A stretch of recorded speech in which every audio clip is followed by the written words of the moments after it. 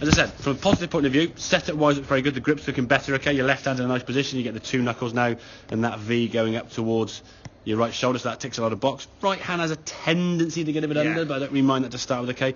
Because it's comfortable and you can spread the club face up from that position, okay? If we look at the left hand one from here now, okay? Same good backswing, same good backswing. Okay, so both these swings now in a good position to start with. We're setting the club up now all the way back here to bring the club back to the ball and get some power and send that ball 200 plus yards, okay?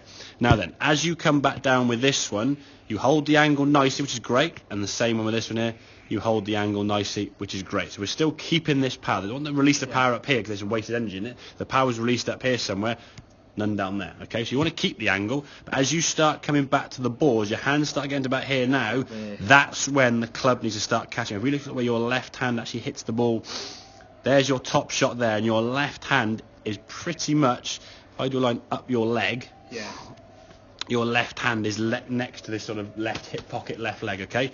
And that's the top shot, okay?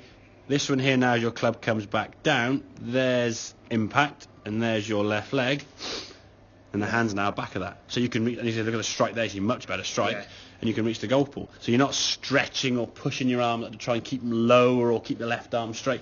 You're allowing that club to almost, I say, flick and catch up. So the sensation from here, once you get to the top of the top of the backswing here now, the arms are going to fall into position nice and relaxed, drop no tension in, no pulling, okay? Hands get down to there, and then we just be able to, everything straightens, everything just straightens up. The same way you would do, say, kicking a football. If you sort of imagine then, if you're kicking a football, say for example, there's the football, and your right foot, I guess, there's your right quad, there's your right shin, this is obviously your left foot, okay? As you kick that ball, that's going to happen, This leg would move through a little bit, but this would be the most movement here now with the unhinging of the knee as it's straight, and that's the power. Same when you throw a ball, you cock, you hinge back in, then you throw, you straighten. Same with playing tennis, your tennis racket, as you hit the ball with the racket, you straighten that racket. If you did that, it's a defensive, blocking, weaker shot, You hold the racket open, it just goes off to the right. It's just coming off. Exactly, just that. It's hinge and set, and then straighten and release. Okay, so that's the thing. Is we're going to make sure your hands aren't getting too close to your left side before you make contact with the goal. If you come down too much this way, start pulling your left arm in this way, you are going to thin top it and just miss it. And it's going to generally go to the right. Because obviously, if I have the club face here now, and all I simply do there is just push the handle forward. Look at the club face. It's off to the right. Do you know what I think I've done is I've kept what you said last lesson. I've kept this arm close to my body. Keep it nice and check. Exactly. Good. I've kept this arm tight. I think from there the tension's probably created a little bit. Exactly. And then I'm going like Exactly.